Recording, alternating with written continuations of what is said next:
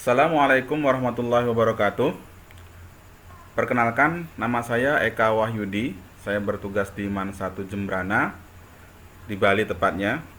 Pada kesempatan kali ini, saya akan mencoba menyampaikan tugas resum saya mengenai materi penelitian tindakan kelas yang diampu oleh Bapak Dr. Andes Bambang Rudianto MPD. Baiklah, langsung saya akan menyampaikan materi resum tersebut. Yang pertama, dimulai dari gambaran umum terlebih dahulu. Seorang kepala sekolah atau madrasah haruslah memenuhi kualifikasi dan kompetensi yang telah diatur pemerintah dalam Permendiknas nomor 13 tahun 2007. Terdapat 5 kompetensi kepala madrasah, yaitu yang pertama kompetensi manajerial, yang kedua kompetensi kewirausahaan, yang ketiga kompetensi supervisi, yang keempat kompetensi kepribadian, yang kelima kompetensi sosial. Langsung saja kita kepada pengertian dari PTS tersebut. Apa itu PTS? PTS adalah kependekan dari penelitian tindakan sekolah. Jadi pengertian dari PTS adalah suatu bentuk penelitian yang bersifat reflektif dengan melakukan tindakan-tindakan tertentu agar dapat memperbaiki dan atau meningkatkan praktek-praktek pengelolaan atau pengawasan di sekolah secara profesional. Kemudian ciri-ciri umum PTS adalah yang pertama melakukan tindakan nyata untuk memperbaiki situasi dari situasi yang kurang baik menjadi lebih baik, dari yang sudah baik menjadi lebih baik lagi. Dan yang kedua, melakukan inovasi sekolah dan tindakan kepengawasan. Kemudian ciri-ciri umum PTS adalah adanya tindakan nyata untuk mengatasi masalah. Ini adalah ciri yang paling utama, berdasarkan pada masalah yang dihadapi oleh pengawas atau kepala madrasah. Kemudian yang kedua, adanya kolaborasi dengan dalam pelaksanaannya. Peneliti sekaligus sebagai praktisi yang melakukan refleksi. Kemudian yang ketiga, bertujuan untuk memperbaiki dan atau meningkatkan praktek kepengawasan.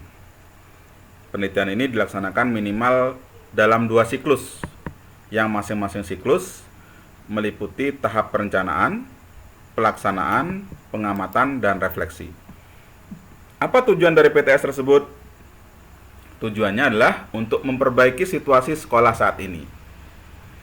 Kemudian tujuan yang kedua, meningkatkan dan mengembangkan mutu input, proses, dan output sekolah. Kemudian yang ketiga, meningkatkan kinerja sekolah yang terkait dengan mutu, inovasi, keefektifan, efisiensi, dan produktivitas sekolah. Yang keempat, mengembangkan ilmu terapan.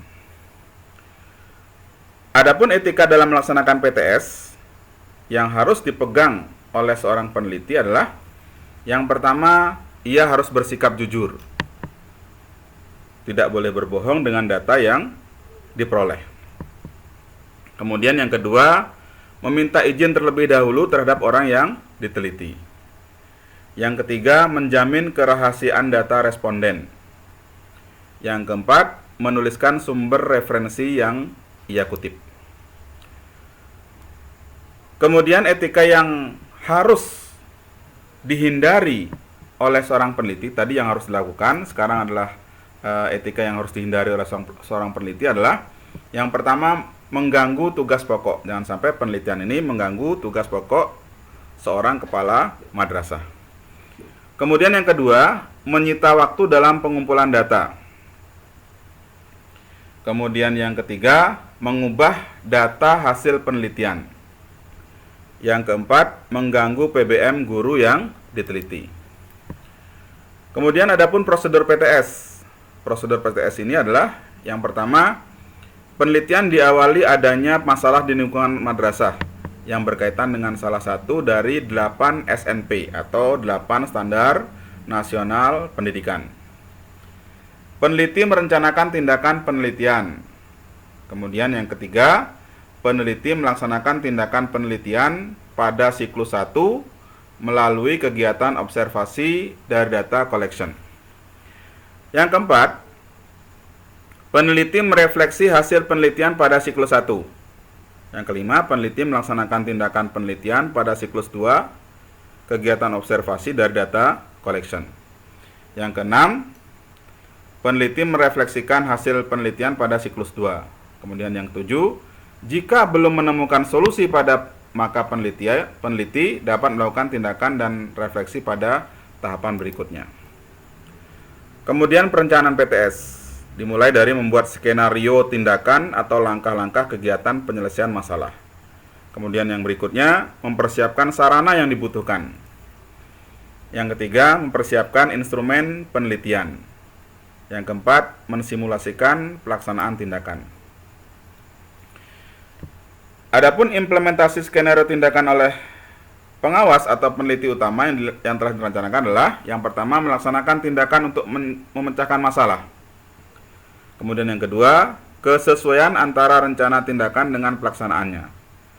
Yang ketiga, partisipasi guru dan atau pihak-pihak terkait lainnya dalam penelitian. Yang berikutnya, tindakan yang dilaksanakan telah terarah pada pencapaian tujuan penelitian. Kemudian pengamatan. Hal-hal yang diamati adalah dampak dari tindakan antara lain. Yang pertama, perubahan perilaku. Kemudian tanggapan subjek penelitian terhadap proses dan hasil kegiatan yang dilakukan. Terima kasih. Itu saja yang dapat saya sampaikan. Kurang dan lebihnya saya mohon maaf. Wassalamualaikum warahmatullahi wabarakatuh.